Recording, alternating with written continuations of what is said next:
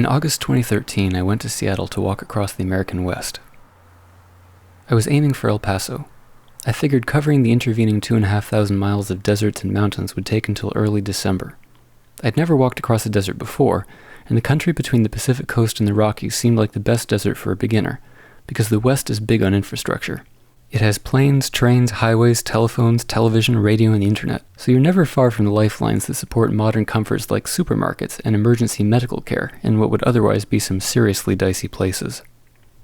Back when the West was wilder, moving people, goods, and messages across it was difficult enough to be the stuff of legend. Lewis and Clark, the pioneers, the Pony Express. The story of the West is a catalog of people trying to zip through it, skip over it, or haul resources out of it as quickly as possible, using whatever means they could devise.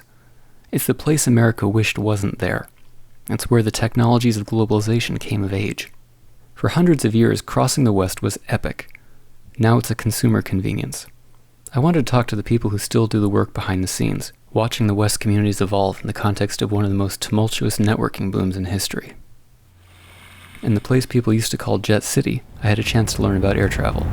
I'm Burr Stewart, and I was the planning director at Sea-Tac Airport for a number of years. My background is in mechanical engineering and city planning, so I'm essentially a translator between the engineers that design transportation systems and the politicians that decide what they actually want to buy. I got involved at the airport in building a third runway.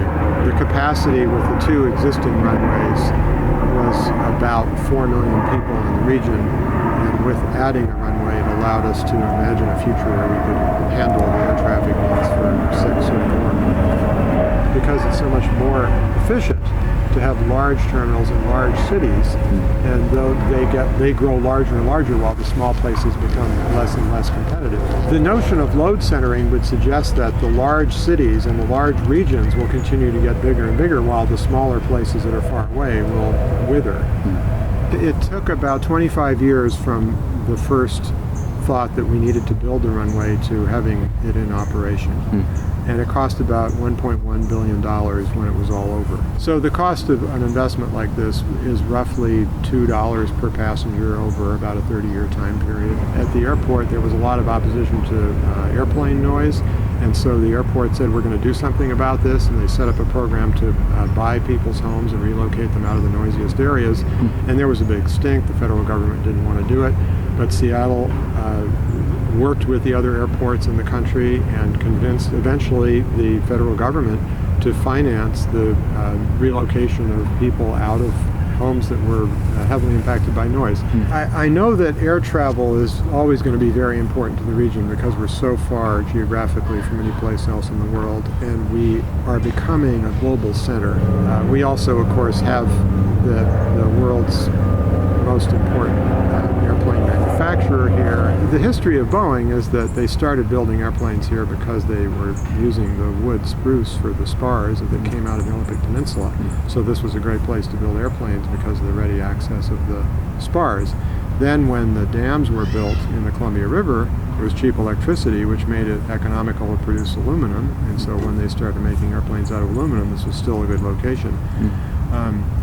Now that it's become a global industry, this is a pretty good location for a global industry because you're equidistant from Asia and Europe from the Pacific Northwest, and it is one of the largest, if not the largest, aerospace cluster in the world. I think it's the largest exporter in the country in terms of the value of the product that it ships to other countries. It makes Washington State a very important state to the economy of the country, even though geographically it's off in the corner. People don't realize that Seattle is kind of an extension of New York. It has a lot of people who came here from New York who wanted a slightly more laid-back lifestyle, who loved the environment, but who still are scrappy and want to make a deal. It used to be in the old days there was a direct train service. Well, there still is, the Empire Builder, that went from Chicago to Seattle, connecting New York directly with Seattle. And now, of course, we just have a lot of air service, and you can get anywhere in the world you want pretty quickly. It had taken me a year to plan route options, work out the schedule, sort out the money side, and figure out the gear I'd need. The first item on the equipment list was a handcart, because traveling the desert takes a lot of water, and water is heavy. I wound up ordering a collapsible rig from a one-man workshop in San Diego. This arrived by mail a few days before I caught my bus to Seattle, and I hadn't had much time to test it. I barely had time to sleep. 2 hours before I hit the road, my hands were shaking so badly that I spilled a glass into my open laptop. I was still picking up gear in Seattle. The evening before I intended to walk out of the city, I was admiring the view from a narrow lane on Capitol Hill when I stepped out of the way of an approaching car and hit my head on a concrete overhang. In the morning, I loaded the cart and headed over the hill to start my journey at salt water. I made it 2 miles to the beach at Elliott Bay before the clips anchoring the wheels snapped, the axles bent, and the cart collapsed in a heap, a lot like me the previous evening. I spent the rest of the day getting the cart welded back together and slept through the whole night for the first time in about a week. On August 13th, I made a break for it.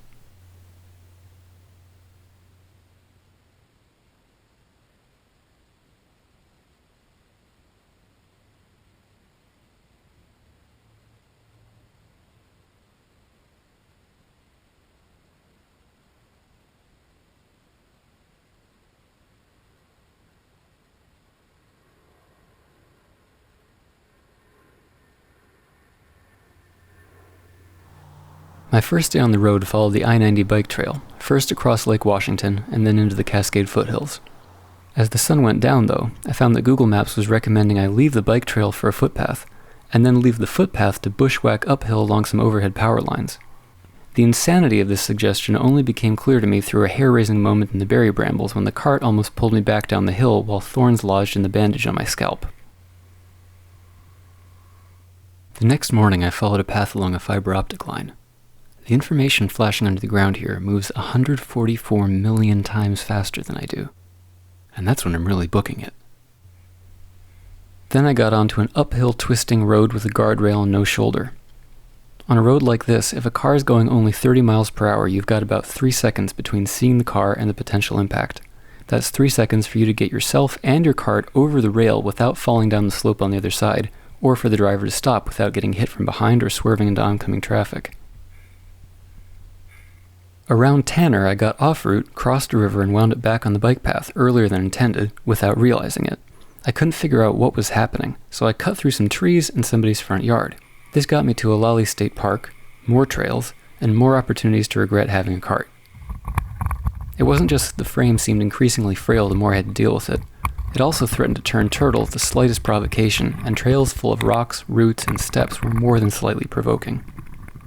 The continual rattling and twisting were doing a number on my hands, wrists, elbows, and shoulders. By the time I regained the bike trail and found a place to set up for the night, I had a lot to think about. Every time I got in or out of the tent, my knee twinged in a weird way. My appetite was off, and I wasn't gauging my water consumption well in the heat. I was already 7 miles behind the 100-day schedule I'd worked out to reach El Paso before winter set in and the budget ran out.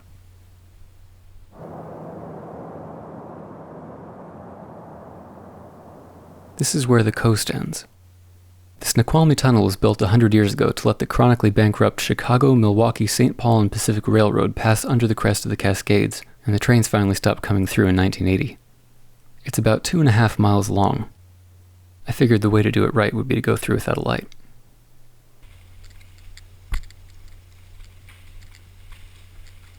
To my surprise, there was a fairly regular string of tourists walking in the other direction. The combination of their approaching headlamps, the pinprick of light at the end of the tunnel, and the echo of my wheels grinding over the gravel floor was intensely disorienting. I kept drifting into the wall. There I was. My head was gashed, my arms and my left leg weren't faring well, and my most crucial piece of gear was unreliable. More than that, both my family and my girlfriend thought the project as a whole was a bad idea. But adventure is the deliberate cultivation of mischance. We die whether we stretch or not. So, bring on the West.